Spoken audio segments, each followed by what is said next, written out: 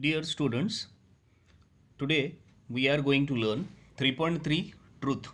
Truth means Satya. Sticks and stones may break my bones, but words can also hurt me.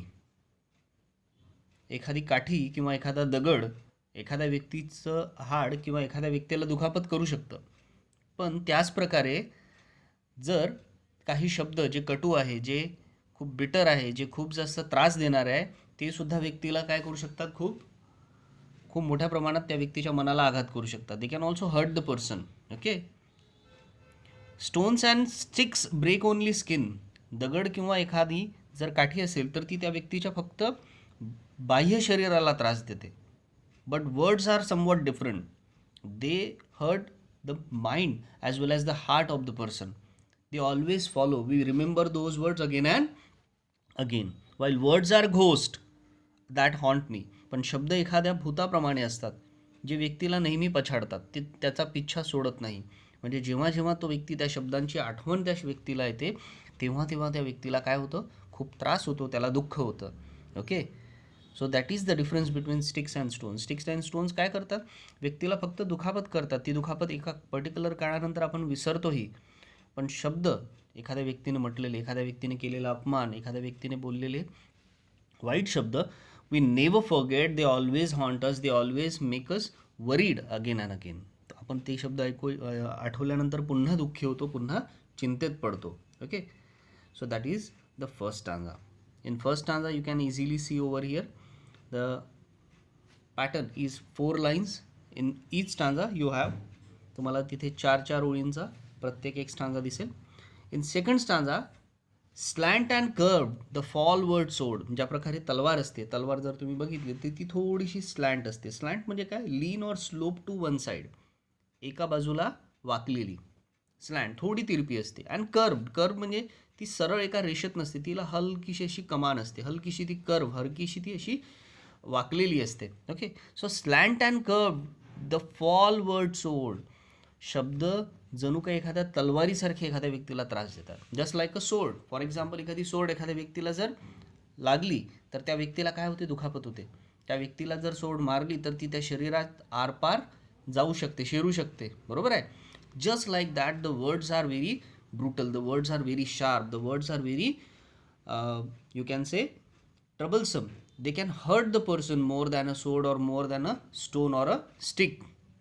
To pierce and stick inside me. तर शब्द बिलकुल तसे असतात. शब्दरूपी जी तलवार असते ती त्या व्यक्तीला पियर्स करते. What is the meaning of pierce? Pierce means what? Look here in glossary.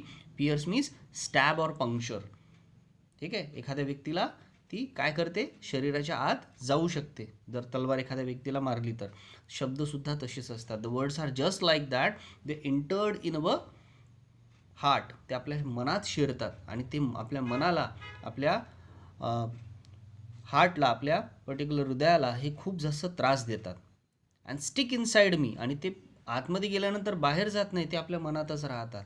That is the worst part of some words which are very you can say straight.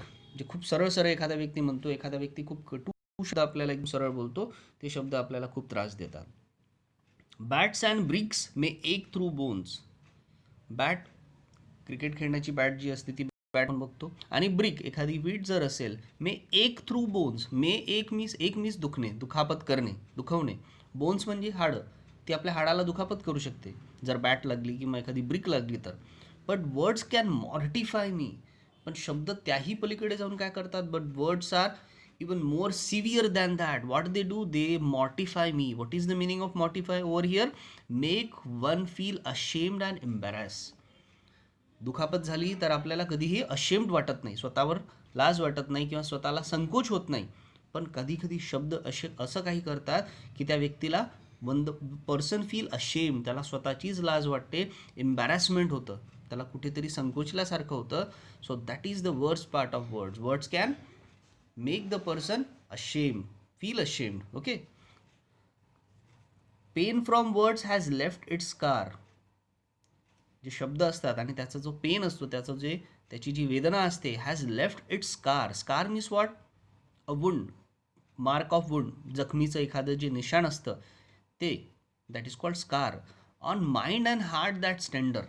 पण त्याची जी दुखापत होते, त्याची जी जखम होते, त्या जखमीचं निशाण कशावर दिसेल तुम्हाला, त्या जखमीची खूण कशावर दिसेल? On mind and heart. ते आपल्या मनावर असते. विच इज टेंडर, जे कसं असतं, नाजूक असतं. टेंडर मीन्स नाजूक. Cuts and bruises now have healed. ते कट आणि ज्या ब्रुजेस असतात, म्हणजे समजा आपल्याला एखादी कट आली, एखादी जखम आली, एखादी इंजुरी आली आपल्या स्किनला, नाव हॅव हील्ड, ती बरी सुद्धा होते. It's word that remember. पण ते शब्द जे आहे ते मात्र आपण कधीही विसरत नाही.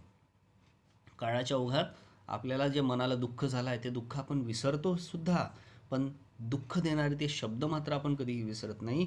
अपमान करणारे ते शब्द आपण कधीही विसरत नाही. Okay.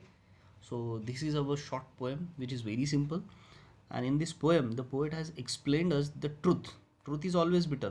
Students, truth is always bitter. सत्य हे नेहमी कटू असतं, आणि असं कटू सत्य कधी कधी एखाद्या व्यक्तीला दुखापत, एखाद्या व्यक्तीचं मन सुद्धा तोडू शकतं. ठीक आहे. But still truth is the word which we cannot deny. पण ट्रूथ हा शब्द असा आहे की ज्याला आपण कधीही डिनाय करू शकत नाही, त्याला नाकारू शकत नाही. ठीक आहे. जरी आपल्याला सत्य ऐकणं कधी कधी आवडत नाही, but still it is universal. ते कधीही बदलत नाही, ते कधीही कोणीही बदलू शकत नाही. So that is our short poem. I hope you got the poem. Thank you.